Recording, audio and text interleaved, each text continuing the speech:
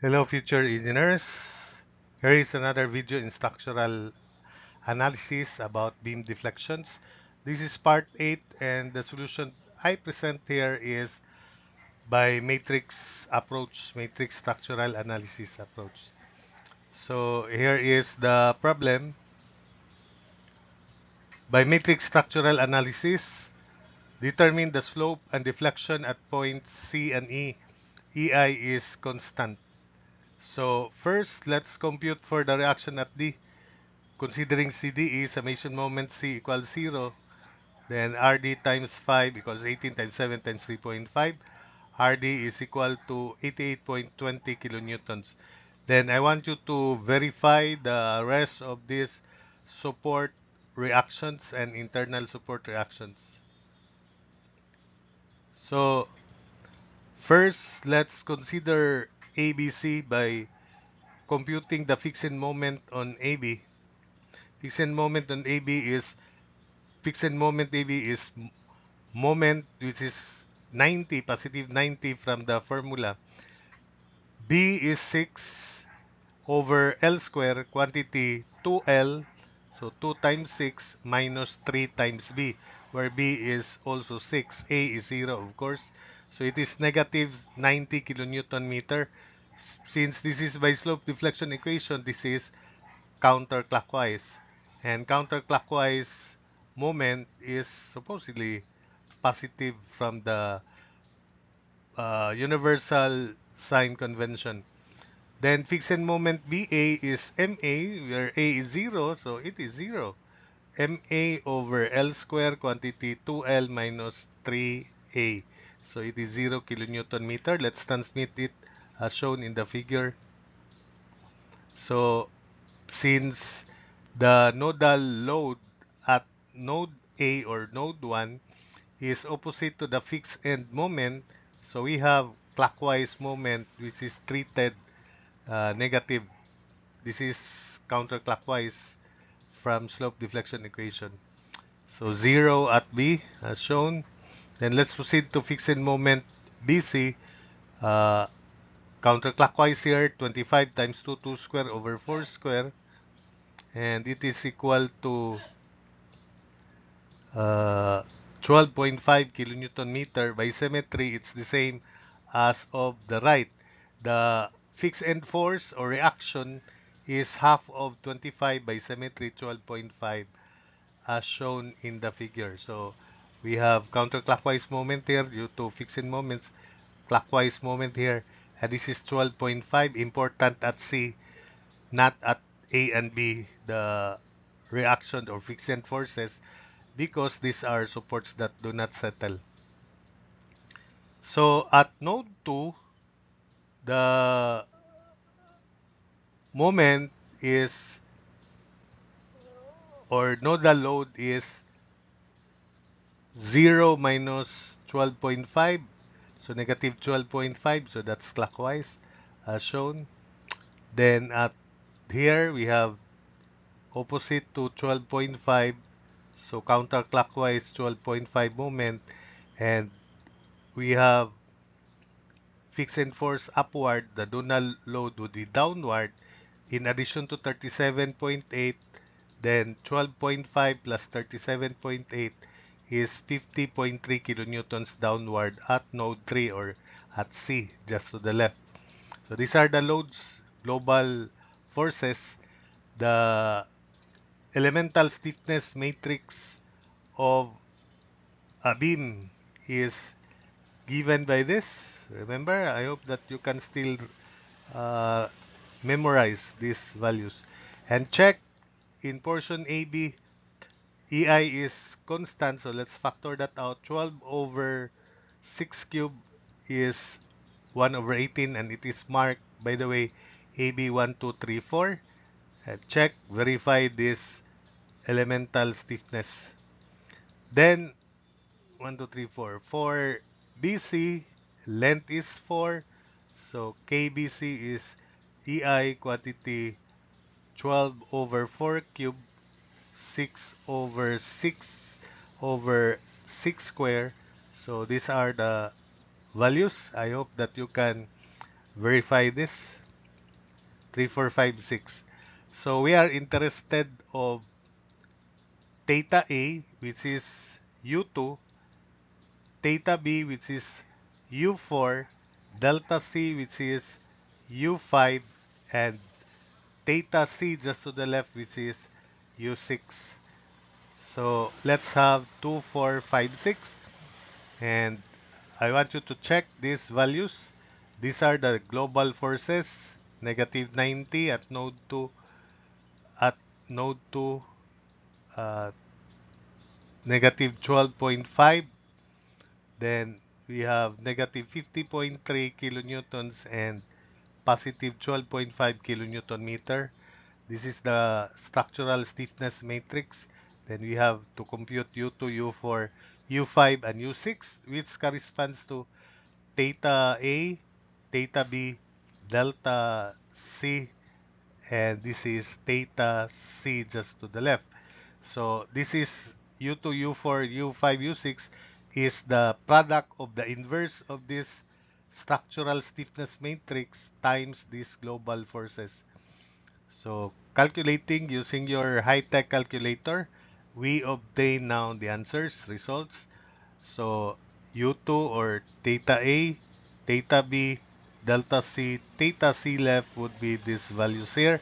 And if you check, delta C is the same as before, negative 2222.667 over EI, and theta C just to the left is negative 664.8 over EI. Then we proceed to CDE by, while, by computing fixed moment CD, which is counterclockwise W 5 square over 12, and that is equal to 37.5 kilonewton meter, equal also to fixed moment DC but clockwise by symmetry. Then the fixed force would be 18 times 5 over 2, and that's 45 as shown at both C and at D just to the left. So 37.5, we have 45 upward, 45 upward here. This is important at C but not important at D. 37.5 clockwise kilonewton meter. Then let's have fixed moment DE, which is W2 cube 2 square over 12.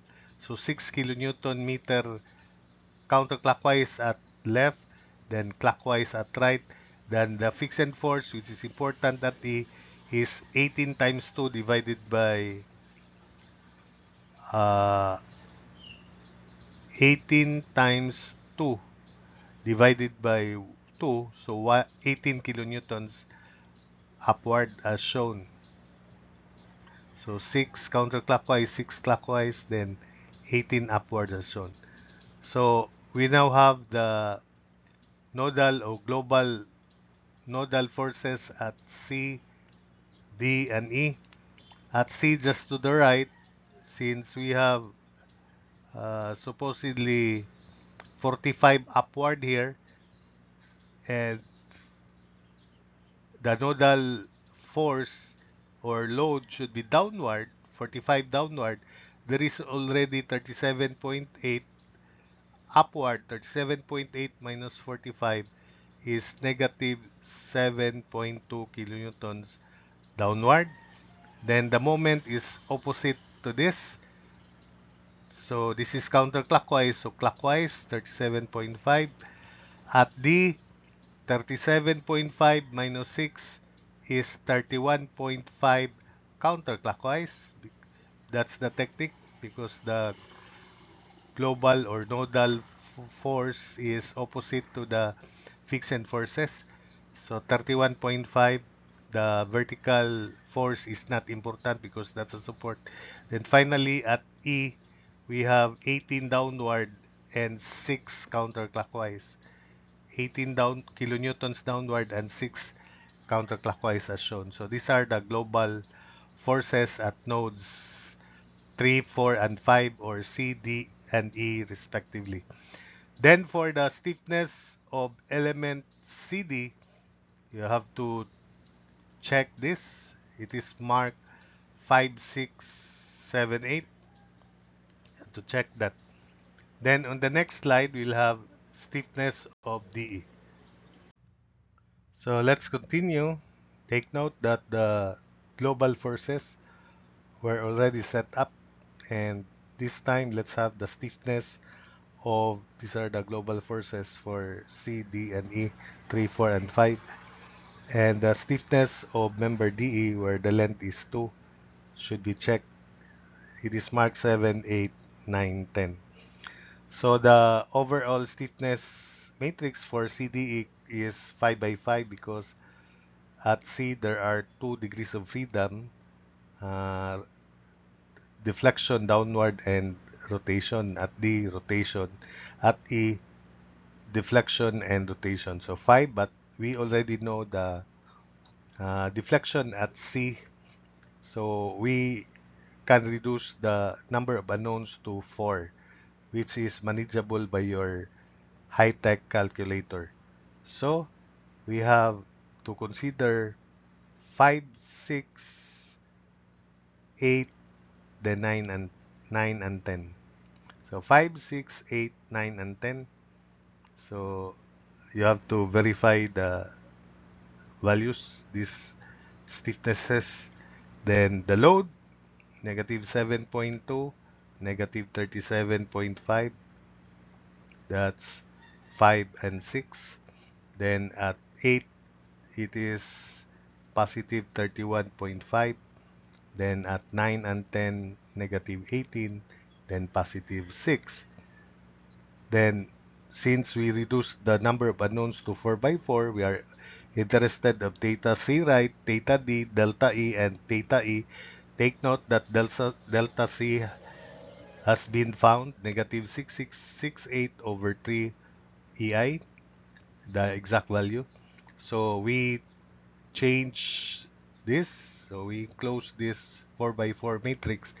Then we change the value here as negative 7.2 minus quantity 12 over 125 times negative 6668 over 3 EI. And this one, negative 37.5 minus quantity 6 over 25 times negative 6668 over 3 EI. The rest won't be